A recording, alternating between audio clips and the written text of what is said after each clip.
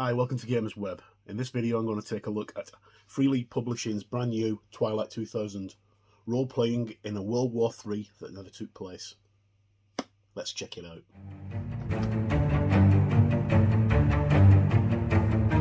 Hi, welcome back. As I said in the intro, in this video I'm going to take a look at Twilight 2000. It's a role-playing game that's set in an alternate year 2000 that was originally published by Games Designer Workshop in 1984 and has undergone several versions and iterations over the years, but this is the brand new version from the guys over at Freely Publishing. First off, many thanks to Bull from Freely for this review copy. It's much appreciated. Okay, so let's jump straight in. This game, the original version of the game came out in 1984, which was the height of the Cold War.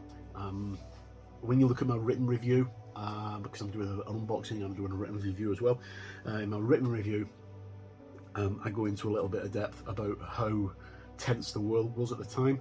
In 1984, the Doomsday Clock was at 3 minutes to midnight, which was the closest to Armageddon that it had been since 1953. So we were pretty close to being wiped out. So it was quite a scary time to live through.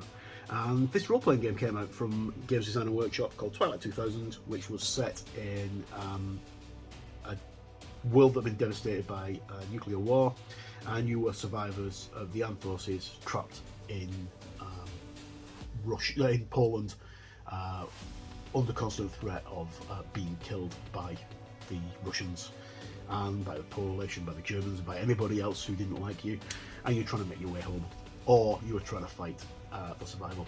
So that's basically the premise. It's a limited nuclear exchange. Most of the countries got hit in one way or another, and you're a part of the NATO forces that were in Poland because the war had been raging since 1997, so for 3 years the war had been raging. Okay, so jump forward to 2020 and we got the announcement that Freely were going to be doing Twilight 2000 as a role-playing game. Caused a lot of interest on the forums and on the websites, and here we are now. So let's have a look what we get. It's a very heavy box. It weighs about 4.5 pounds. I don't have scales at hand, but I think a couple of reviewers have actually already said that it weighs about 4.5 pounds, and trust me, it is heavy.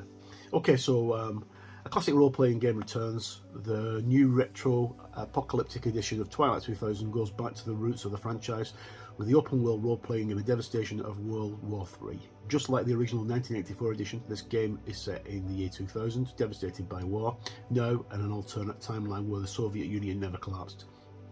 Twilight 2000 is a role-playing game about survival in mankind's most desperate hour. Yet, in this bleak world, there is still hope. In the midst of utter destruction, you can still build something new, rally people to your ranks, stake a claim and protect it, and maybe, if you live long enough, start turning the tide. This box contains a 152-page player's manual, including rules for character generation, skills, specialties, combat-based building and travel, a 112-page referee's manual describing a world at war, including 52 ready-to-play encounters and 4 complete scenario sites, a huge 864 by 558mm double-sided full-colour travel map, 15 engraved custom dice, including ammo dice and hit location dice, an hit location die, 16 modular battle maps designed to create an endless variety of battlefields, 108 cardboard tokens for fighters, vehicles, conditions and more, 4 battle maps for specific scenario sites, 52 encounter cards, 10 initiative cards and 5 blank character sheets ready to fill in, and from Freely. Right, okay, so I'm just going to take the cellophane off this. I'm not going to do that on cam because it makes a noise, so I'll be back in a moment and we can carry on. Okay, so that's the cellophane off. I don't like taking that off on cam because I've had complaints in the past about it making too much noise, so take that on board. Right, okay, so let's take this lid off this bad boy. I've really been looking forward to this because Twilight 2000 is one of my favourite games, and in the 40 odd years I've been role-playing, it's the only game that's ever scared me, and that's the God's truth. I had a game of Twilight 2000 with some of my friends, and the friend who ran it for us, Mike Higgins. Hey Mike, did say I'd mention you. He ran a scenario for us at our games club, and I've played Cthulhu, I've played Beyond the Supernatural, I've played lots of horror games and stuff, and none of those have bothered affecting me at all. But on the way home from the games club that night, I did get very disturbed, because in 1984 this was very real. Okay, so first off we get our games catalogue, which has all the different games that Free League do, from Alien, Forbidden Lands, Tales of the Loop, Cymbrium, and of course Twilight 2000, and then Coriolis, Mutant Year Zero, Vassan, and then Mork Borg. And to add on to that, we will have very shortly, in the next few months, the Blade Runner role-playing game, which I'm really looking forward to. Okay, so first thing we get our pack of cards, which are initiative cards and encounter cards. We'll look at those in a moment. And then we also get a set of dice. So we have an echolocation dice. We have ammo dice, which are these ones that have got the ammo symbol on them. We got 2d6, 2d8, 2d10 and 2d12, because the system uses a progressive d6, d8, d10, d12 for system for generating your dice, generating your characters, and each of the dice has specific numbers on them. So you've got blast markers and things like that. And the dice conventions are all explained inside. We'll look at those when we come to them. Then we get our two dossiers. These are one for Poland, one for Sweden, which are the two settings. So they both look very similar when you see them. They both come with maps that tell you what's going on in the area that you're at, and they're both written by a military consultant. So this one is the I think this is the Polish one, April 2000. Yeah, this is the Polish one. So here we have our map of where the core is, and all the discussions of what the NATO allies are and stuff. So these are just briefs. Not got time to read through them on cam. This one's for Sweden, because obviously with Free League being a Swedish company, they wanted to do something a little bit different, so they set part of the game in Sweden. Although you can't, it's a generic, you can set it anywhere, according to what Thomas says. So we then get some of these double-sided maps. They're all hex tiles, so you can plan out where your troops are going to go and what have you, and what you've got in each building. And they can be scenario specific, or you can reuse them again and again and again. So that's one. It's very tightly packed. That's two. I think this is one of the scenario specific ones, like that. And then we have our big map, which I'm not going to unfold completely because it won't show up on the webcam, on the camera, sorry. But it's double-sided. One side is Poland, one side is Sweden, like that. That's a full-sized map, and also it's got a legend here as well at the top that tells you what everything is. Again, this is your travel map, so this tells you, you can work out where your characters are going to travel to. It's a very open world game, as in you dictate what you're going to do with your characters. You're not specifically tied to any one specific area. Okay, so we then have some blank character sheets, which are single-sided, which I thought people might like to know, because single-sided are quite easier to handle. And I'll get into that when we actually look at the rules themselves. Then more maps. There's lots and lots of maps in this. Again, made out of really good quality cardstock. And these are all single, but they're double-sided, so you can put them down in lots of different ways. There's a road, then there's a forest with a lake, another forest, a coastal area or a lake area, another road, and a river, which you could actually put in towards the forest. Like that one, another road. So you can build your map up quite well with these. And again, they've got hex grids on them that allow you to position your forces wherever you want. Now this game plays really, really well with miniatures, which I'll talk about in a little while. Okay, so another small town settlement, and then last two. I think we get 8 of these in a double-sided, and then that's the last one. Like that. They're all really nice. Okay, so next up we have our tokens. These are double-sided tokens. One side they have what you can see here, and the other side what you can see there. Okay, so as you can see, we've got things like chem mines symbols. For some reason there's no radiation symbol. Smoke, suppression, I think they are fire. Lots of other different symbols, like I think that's cover. I think that one is aim. Not sure without looking at the lexicon for all the tokens. And then we've got these that can be used as your various troops and tanks and stuff like that. Then we'll have a quick look. I'm not going to look through these until I actually get everything away, and then we can have a proper look at them.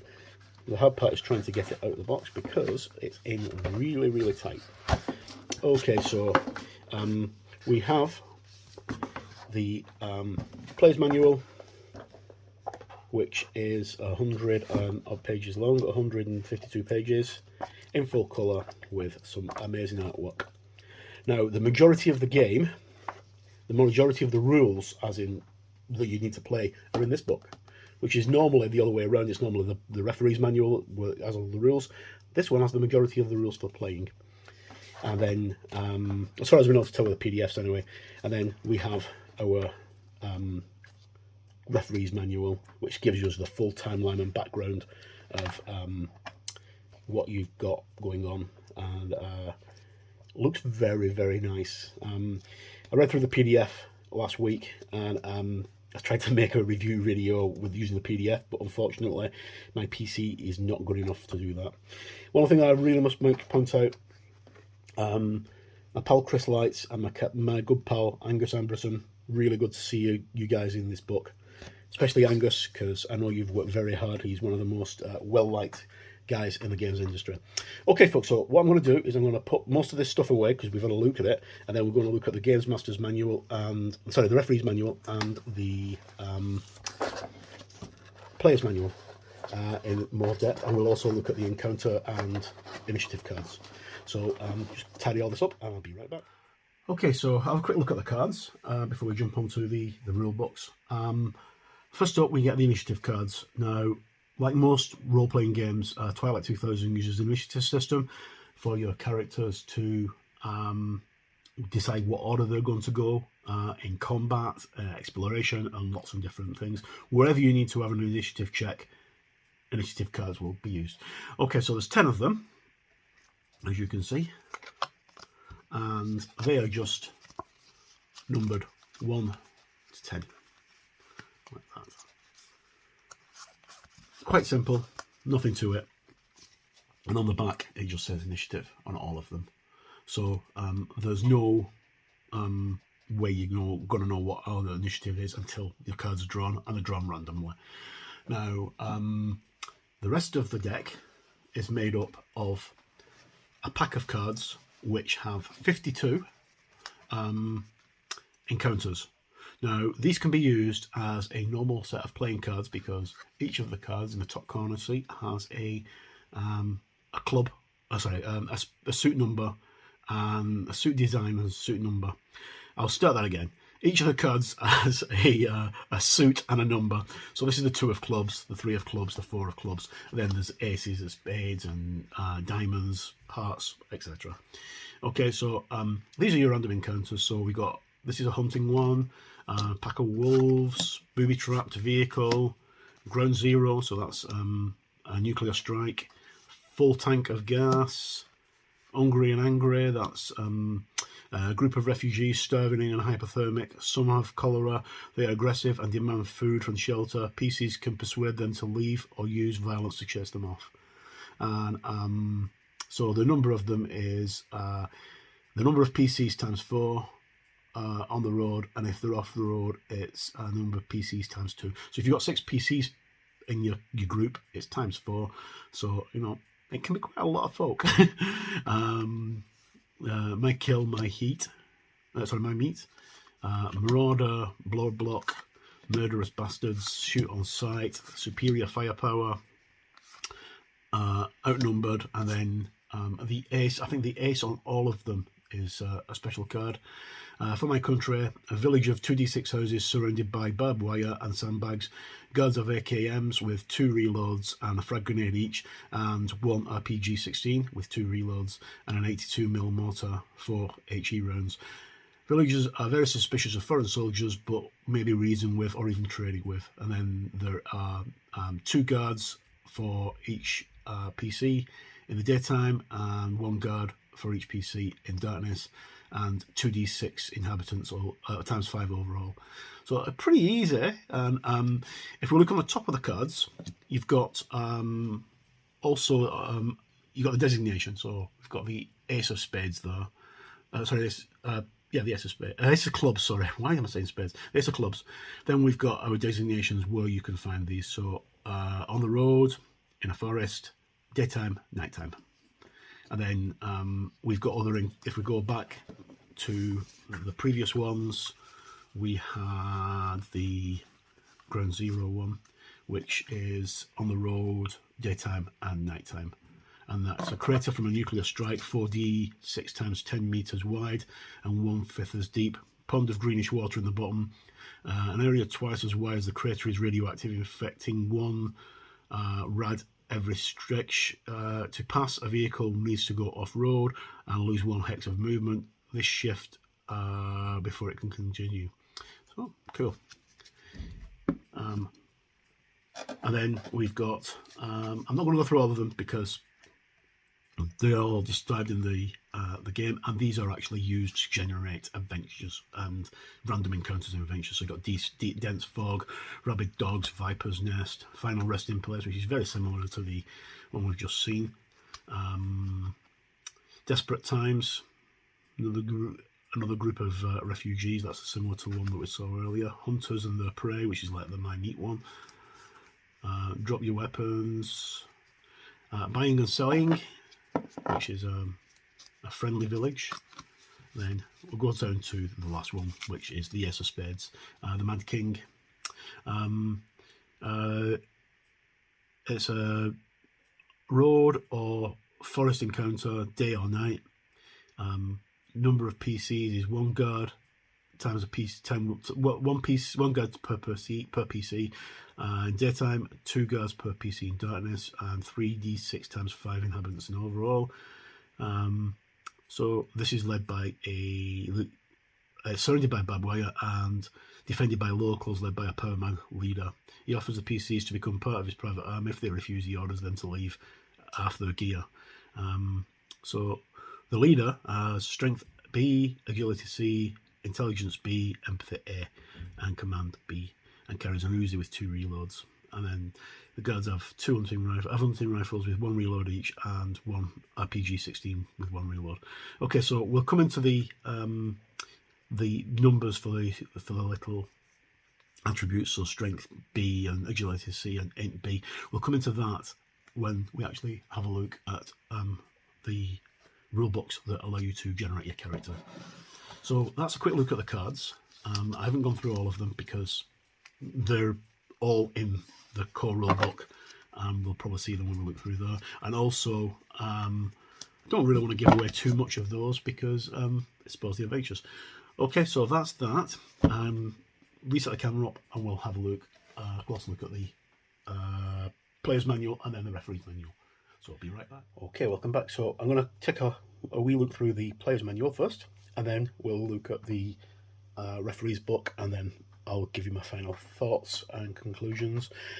As I mentioned at the start of the video, I've got my full written review, which goes into depth about character generation and stuff like that. That's going to be on Games Web. I will leave a link in the description to that. Okay, so let's crack on. Softbound book. It's 152 pages. Really nice semi-gloss sheen on the book itself. Good quality paper. And there's nothing on the back. It's just like a parchment type thing at the back. Always good quality stuff from Free League. They really don't spare any expense when it comes to the presentation. Okay, so we have our backers for the people who actually backed the book. Lots and lots of people, has continued at the back as well. Then again, we have our cast with Thomas, who's the lead designer and co-founder of Free League, and written by my friend Chris, and then going down to everybody else, including Angus, and a brand management by Mark Miller from Games Designer Workshop, who is one of the leading inspirations on the Twilight 2000 game itself, along with Frank Chadwick, who created the original game.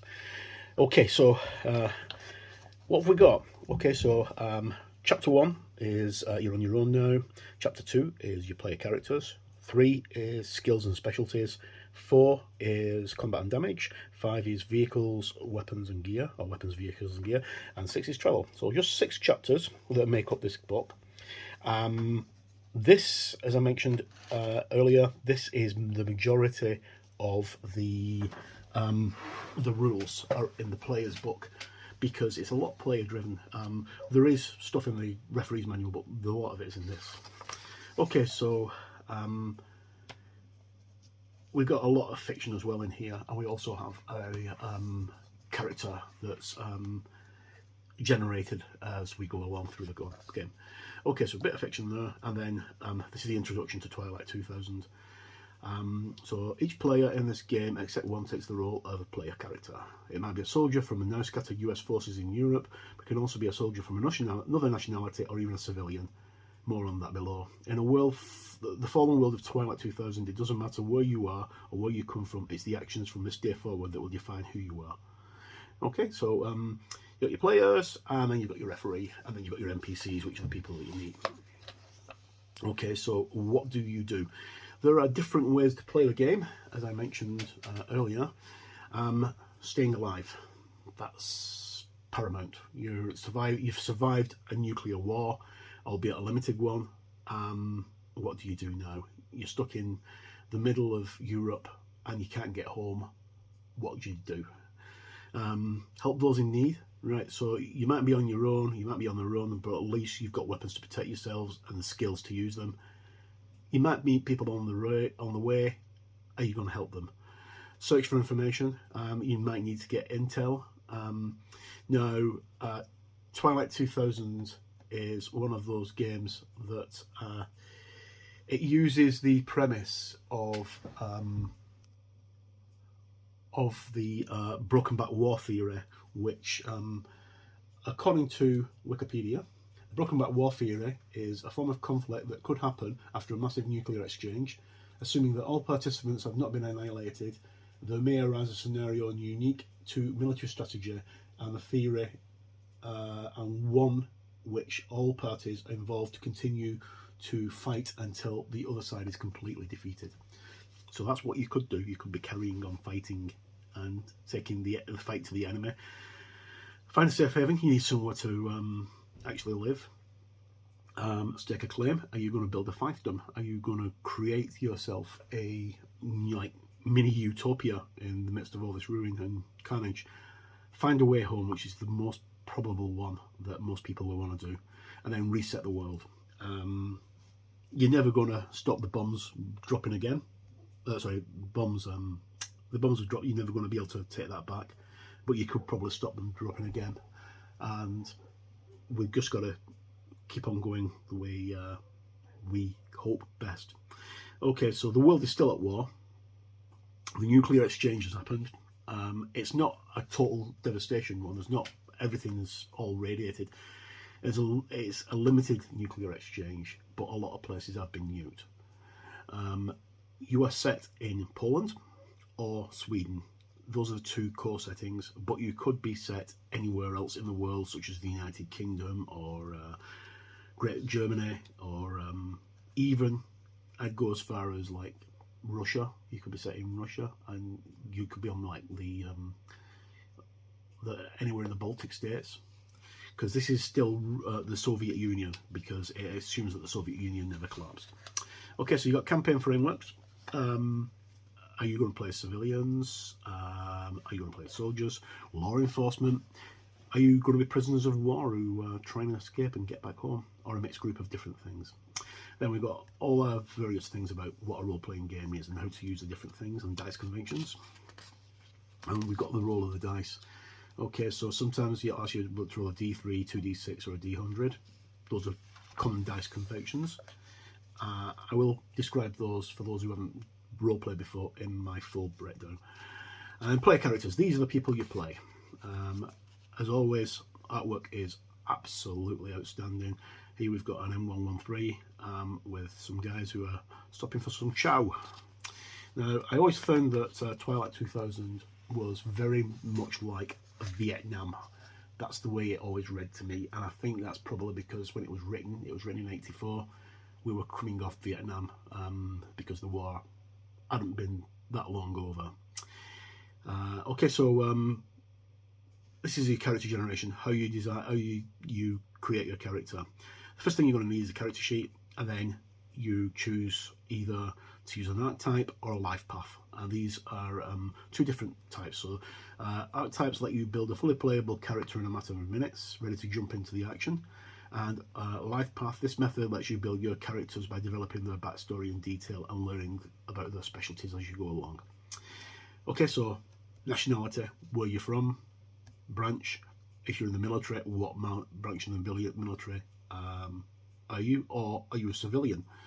And then we've got our military ranks, which for the sake of the game, we've got US, Soviet, Polish and Swedish.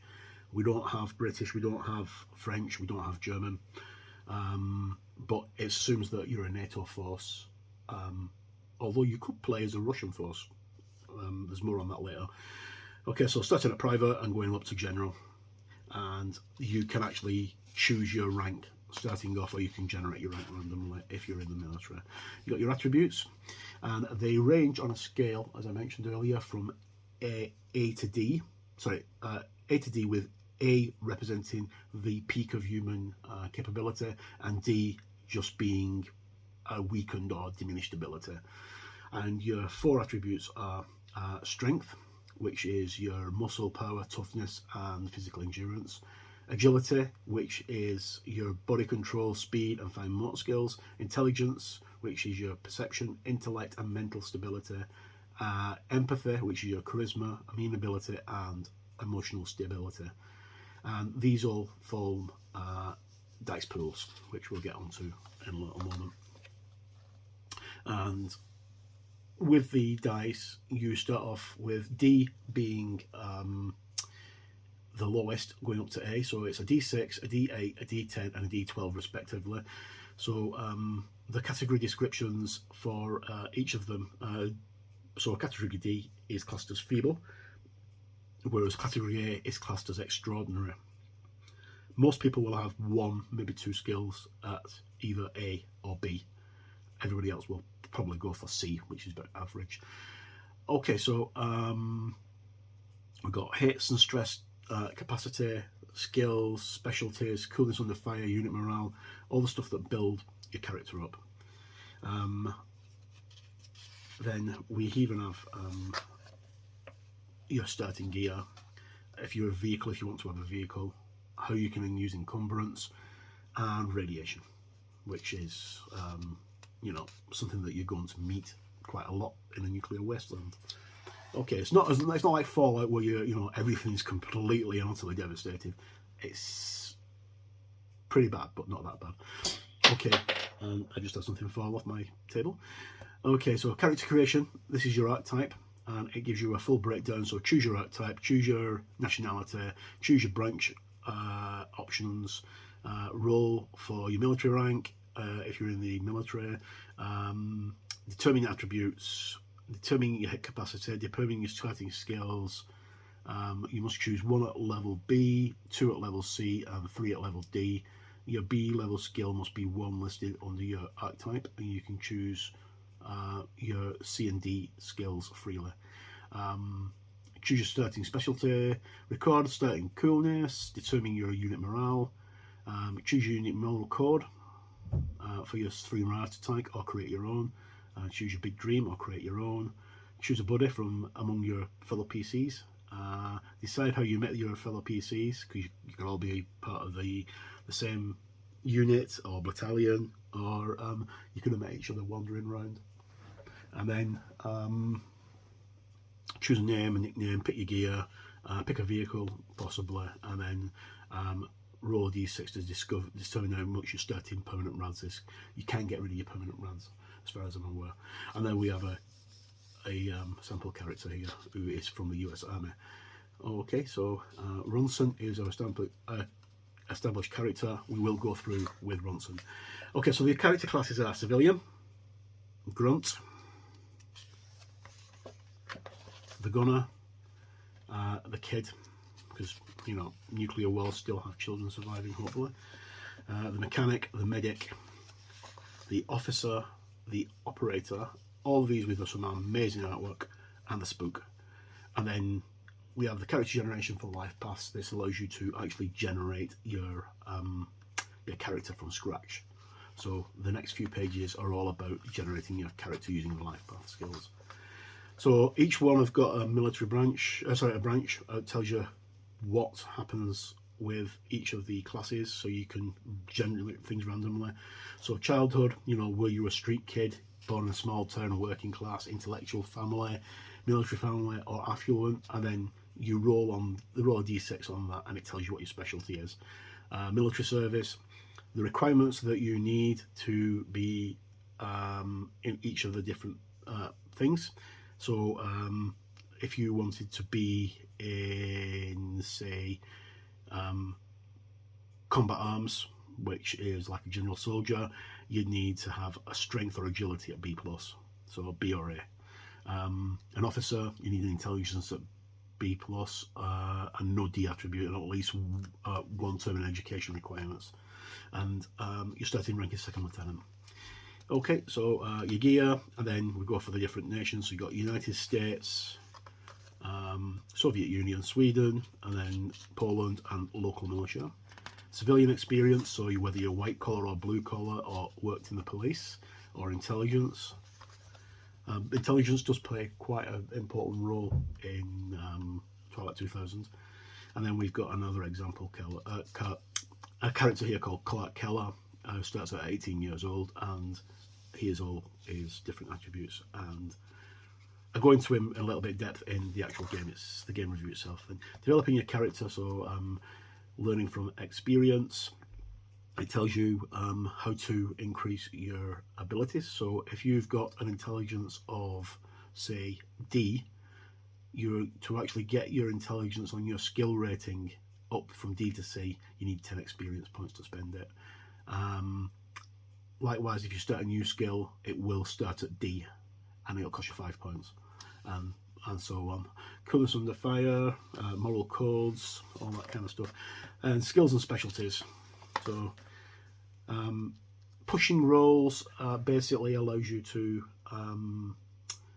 push your dice rolls and get a success, but you can actually push rolls too often, because if you push a roll too often, you could end up stressing yourself or straining yourself.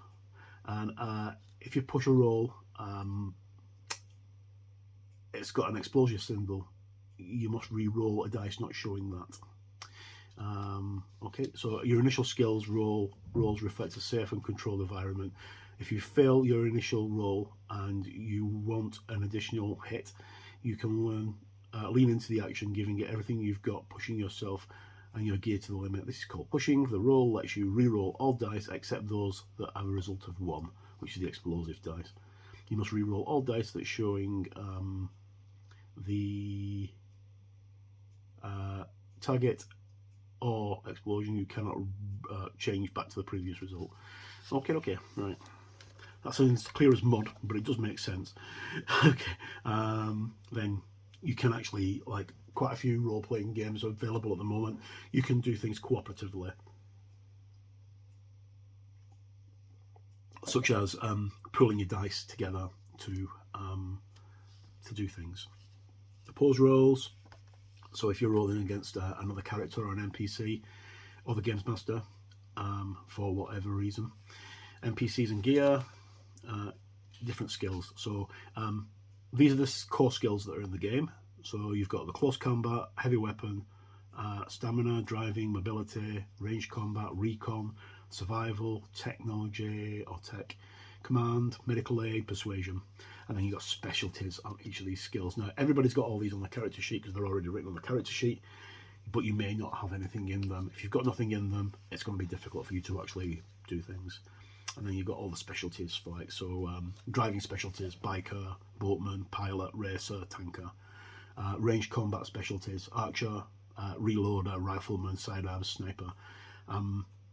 I would strongly recommend archer as a character class for you to take, well, as a skill specialty to take, because in a world where, such as Twilight 2000, where everything's gone to hell, ammunition is very, very scarce. In fact, ammunition is so scarce that it's used as a currency, which we'll come on to in a moment. And range combat, it can be very deadly, and what's better than using a weapon that you can reuse again and again, such as a bow or a crossbow. Combat and damage. So this chapter just tells us all about our combat, how we get initiative, and it also tells you about movement and all line of sight and visibility and stuff like that, which is very, very important. Social conflict. Sometimes you can actually resolve a battle without shooting a single shot, because people don't want to get shot. They don't want to die. They want to try and stay alive for as long as possible, because the world's gone to hell, so they want to look after themselves. So everybody's frightened, including the military. So talk your way out of a fight is much better than actually getting involved in a fight. Then we've got lots of different types of combat here. So range combat, vehicular combat, close combat, and then suppression, Overwatch, how ammunition takes into play, using the ammo dice, explosions. So you've got landmines, anti-personnel mines, anti-tank mines, directional mines and IEDs, and clearing minefields. Then heavy weapons from RPGs and grenades upwards. Damage and critical injuries. Now, I will cover all this in my full review. Lots of charts. Stress. War is dangerous.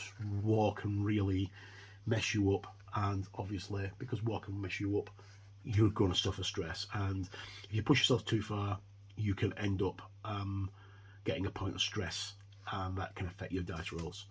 Then other things that can damage you, so falling, drowning, fire, chemical agents, nerve agents, blistering agents, and radiation. And then how to treat disease. See, permanent rads. When you're contaminated, there is a risk that radiation will stay in your body forever. Every time you're about to lose one rad, roll a d6. If you roll an explosion, the rad stays and becomes permanent. Mark this on your character sheet. That stays with you for the rest of your life. You cannot get rid of it. I did think that it's much like the old game. And then you've got different diseases like food poisoning, pneumonia, typhoid fever, wound infection, typhus, dysentery, cholera, rabies, plague, and radiation sickness. Rabies is quite common because there's a lot of rabid dogs in Europe. Europe still has quite a high rate of rabies, unfortunately, and if the animals can't be checked, they're going to cause a problem. One of the big things that we did in our games previously was we had one of the characters got an infection through some barbed wire, and it took quite a while for us to actually try and find a cure for this and help him, but we didn't. He died of peritonitis, and we couldn't help him because we didn't have a medic with us because our medic had been killed. Okay, cover, smoke launchers, use of the maps, how we use the maps. There's more on this for later on. And then vehicle components and stuff like that for your vehicles. Amazing artwork, really does set the scene. But this is the kind of artwork that I really love. So then we go on to our weapons and gear and what have you. So we've got different kinds of weapons. You've got range weapons, you've got hand-to-hand weapons or melee weapons, and then you've got heavy weapons. And the weapons are split up into different categories, such as handguns, pistols, rifles, bows and stuff like that. So bows and thrown weapons. So axes can be a thrown weapon, knives can be a thrown weapon, rocks or an improvised weapon. Improvised bows, which are quite easy to make. Hunting bow, like a compound bow or a crossbow, and then civilian firearms. And then we come on to our specific military weapons as well. So we've got things like pipe guns, which is like a homemade gun, same with the zip gun.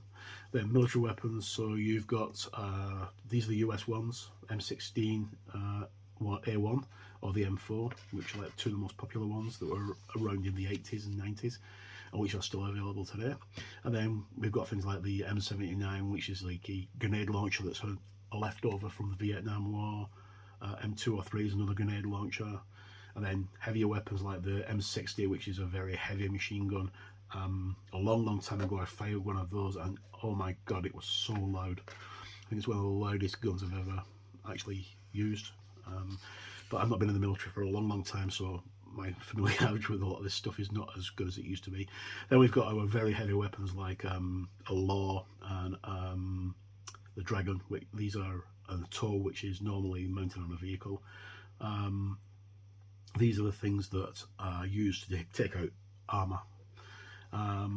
We've also got a price on the actual weaponry, and then we've also got the kind of ammo that it takes, as well as all the damage and stats, like so the reload factor, rate of fire, damage, the critical, if it's got a blast area, its range, how big the mag is, what armour penetration it can do, and the weight. Then we've got the Soviet weapons. Soviets make some brilliant weaponry.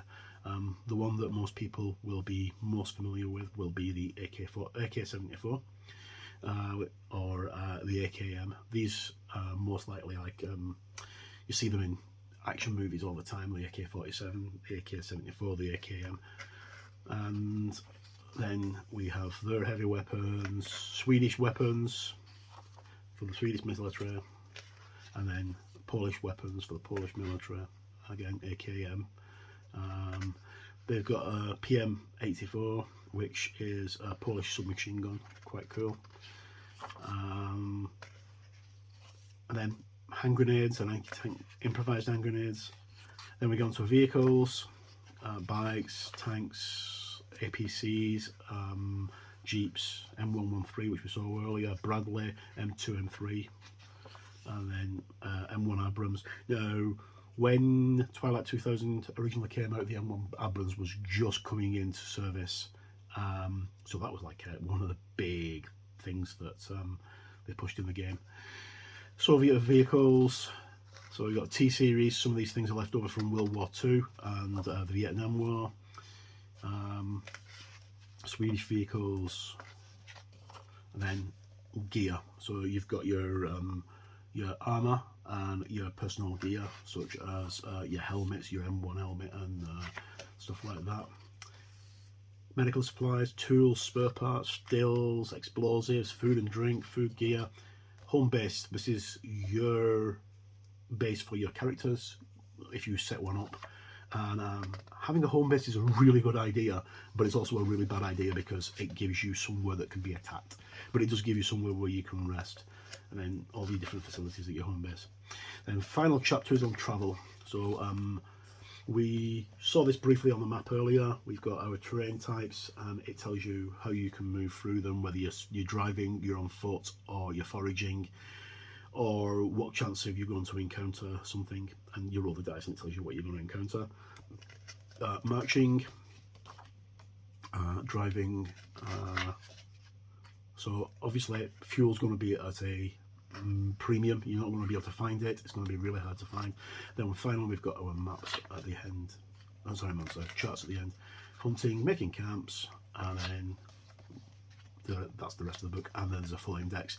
And then finally we have the last lot of our backers on the game. Okay, so that's a very quick look through the player's manual. I mean, that's what, 25 minutes looking through the player's manual. So I'm going to pause the video, we're going to reset things up, and then come back and we'll look at the referee's manual. Okay folks, so this is the final part of the video. This is going to be looking at the referee's manual for Twilight 2000. It's a lot shorter than the first book. It comes in, I think it's 118 pages, something like that. Let me just check. 112 pages. So it's about 40 pages shorter, but it's still packed with information. Okay, so contents page. We have chapter 1 is the world at war. Chapter 2 is your job as a referee. Chapter 3 is encounters. Chapter 4 is factions and forces, and chapter 5 is scenario sites. And then we've got the appendix, which is for solo rules, so you could play the game on your own, and conversion rules, which I would imagine will be converting previous editions, but I haven't read that first, so I'm not exactly sure. And then designer's notes from Chris and Thomas at the back. Okay, so let's jump straight in. Okay, so as it says on the blurb, the world at war. When the bombs dropped, the world changed completely in Twilight 2000, and it's now become a series of pocket fiefdoms all over Europe, with people vying for power. And this gives us the background of what's happened. Sorry, I've just knocked some of my stuff over. Okay, so we start in 1989 when the Berlin Wall falls. Now, bear in mind that up until the original book was written in 1984.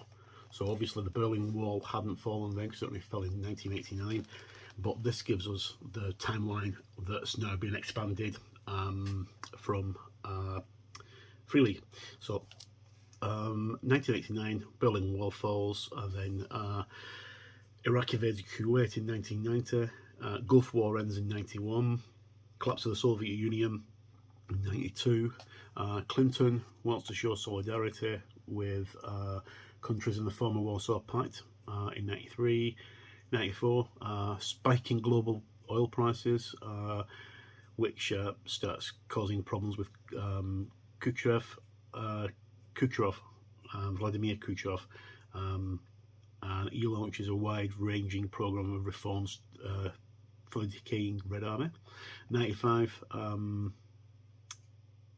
it's Khrushchev owes a speech about illegal exit from the Soviet Union by the Baltic states, basically blaming Clinton administration. 96, May 9th, Soviet tanks go into Estonia, Latvia and Lithuania. 97, Harvey West is elected as president, which is the long one, and that's where we start off with the war against the NATO and Warsaw Pact forces. Then 98 is Middle East, the Israel Defense Forces retreat from southern Lebanon after a decade of occupation. 99, the winter of 1998-1999 is the coldest living memory in Europe. By New Year's Eve, civilian losses passed 15% in most cities on the continent. That's because the bombs dropped. And then 2000, at the start of the new millennium, civil war. Civil rule has ceased to exist in most of Europe. Many military units remain, mostly because they have the capacity to defend themselves and to survive the harsh conditions. Many units recruit civilians into their ranks. Then the last line says, "Good luck, you're on your own now." So, cool. Okay, so as mentioned in the brief overview of the other book, Poland and Sweden are the two main focuses in the game from Free League. So this is an overview of Poland itself. Poland is a beautiful country. It's got some amazing people. I've got some very, very good Polish friends, and it's a country that I really want to visit. But obviously not in a post-apocalyptic sense. Okay, so you've got an order of battle. So this is the forces that are actually located in Poland as of April 18th, 2000. So you've got NATO forces and Soviet forces located in Poland. And this is the breakdown of how many divisions and how many men there is. So like, let's see here, there's Guards Motor Division, there is 3,200 personnel and 112 combat vehicles. So quite a bit. Details on southern Poland, so you've got Krakow and then biggest two cities in Poland, so then Warsaw in eastern Poland, and then we go over onto Sweden, and again the Sweden will give us the breakdown of the order of battle in Sweden and how the forces are in other countries. So we've got Germany, a look at Germany and how it managed to avoid the first strikes. Most of them were on the Baltic coast, but a few did land in central Germany. Then we've got France. France is very lucky because France managed to escape the conflict relatively unharmed, and it's for the first time in a long time during a war, France is in a good situation. Britain, America and the rest of the world. So it's quite strange. Last night I was watching Neil Marshall's Doomsday on television, which I've not seen in a long time, and that was a film that was made, I think it was like 2007 or something like that. The film was made, and it's a good setting for apocalyptic look at things if you take the virus out and just concentrate on the background. I'm going to leave a link in the review on some good stuff for setting the scene, like movies like Miracle Mile and Threads and Day After, Red Dawn, that kind of stuff. Okay, so your job as a referee, how you handle your players. Okay, so there's different ways of doing things. Players lead the way. It's an open world survival game, so if you center the game around your players, you're not going to go too far wrong. Your players are the most important part of the game. It doesn't matter about combat, it doesn't matter about things like that, because all that matters is that your players enjoy themselves, and if you let them dictate the course of action, you won't go too far wrong. Okay then, so we've got here starting the game, so basically how to prepare sessions as a game master. Excuse me. What you're going to do, how you're going to bring your NPCs into the game, how you're going to have it, what setting you're going to use for your game itself, and then going back to the cards, we have our encounters here. So each of the cards, there's 52 of them, and each of them has an encounter attached to it, which is further fleshed out in the Games Master's book. And we've got stationary encounters, NPCs who you can encounter. So we've got, like, say for random here, Soviet soldier. He's got a strength of B, agility of B, an intelligence of C, and an empathy of C. So he's not too bad. He's close combat D, driving C, range combat C, recon C. So he's quite a regular Joe. He's not very, very hard. But then we go here, we've got a Soviet intelligence who's got a strength of C, agility of B, intelligence of A, empathy of B, close combat of C, range combat of C, recon B, persuasion B. So he's quite a challenge for most players. And this is the list of encounters. So these are the encounters that we get in our cards. So as you see, it's got the Two of Clubs, the Forest Fire, Pack of Wolves, and these are the descriptions that you actually have. Now, if by any chance you lose the cards, hope you don't, but if by any chance you lose the cards, a normal pack of cards will work just as well. And then they go all the way through and tell you all the different cards.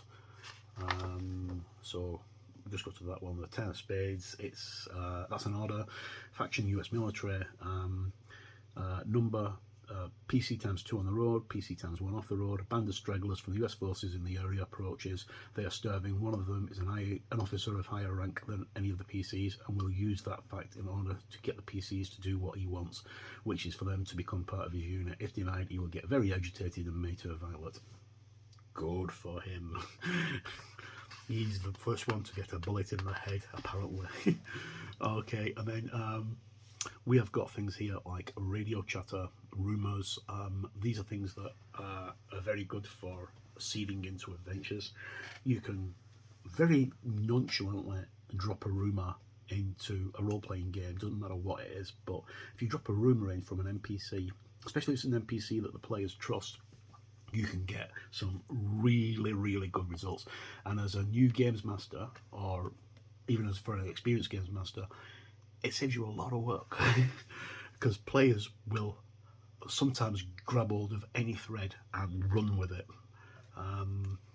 I've got a very good friend who likes to spend months and months and months planning meticulous D&D campaigns, and he ends up quite often with the players going off on a tangent within the first 5 minutes, and he's very well known for his TPKs, or total party kills, because he kind of loses the plot when people go off the rails.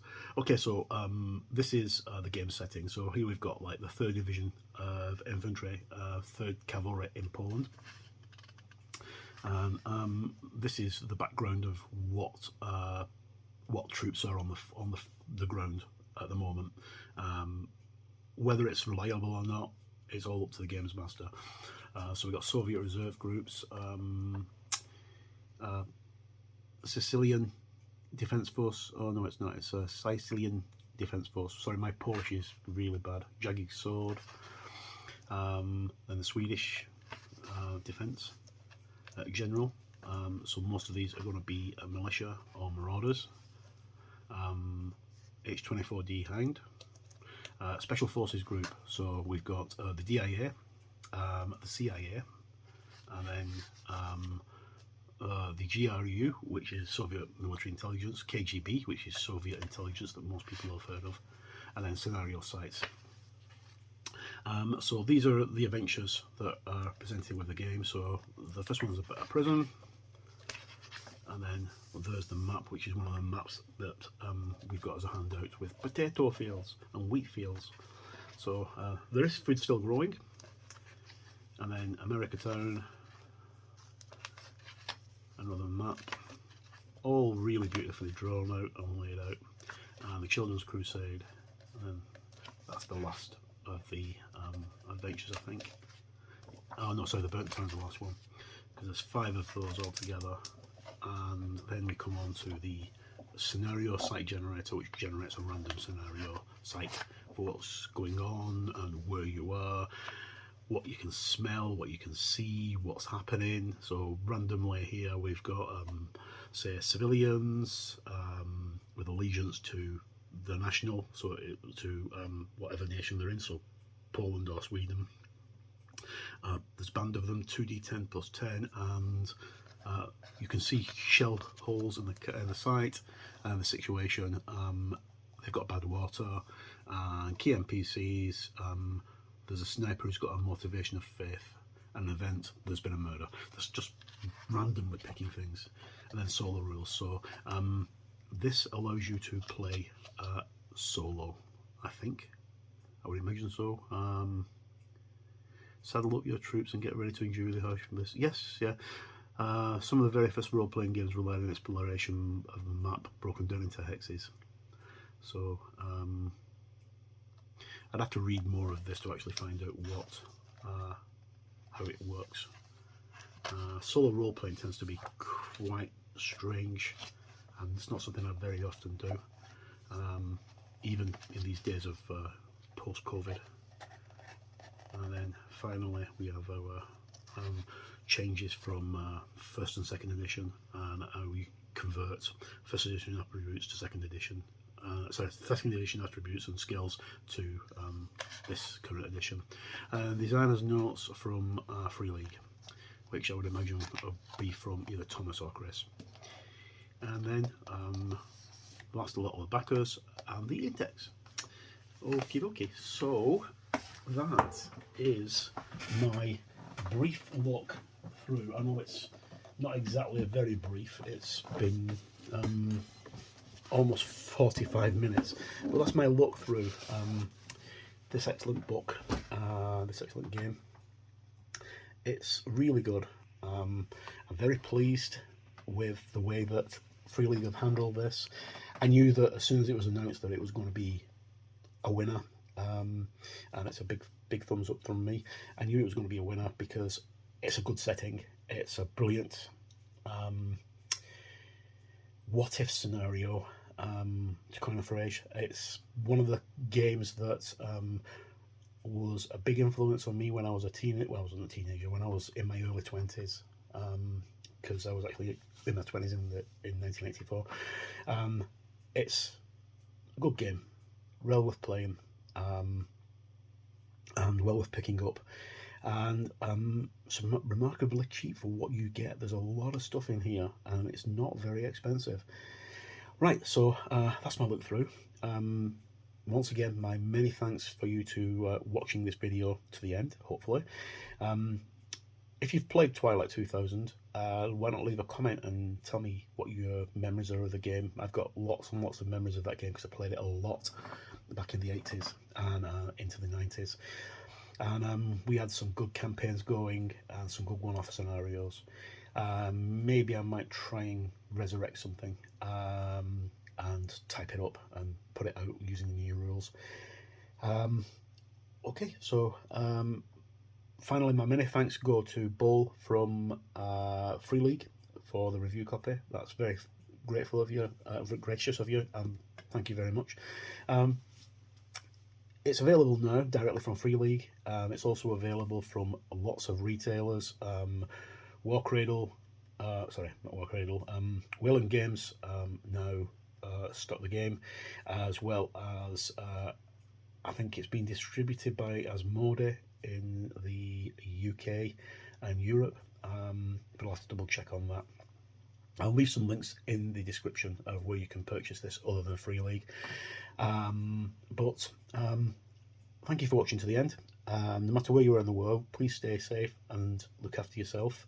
And if you do hear any sirens going off, just run. My name's Mark. Thank you for watching this video.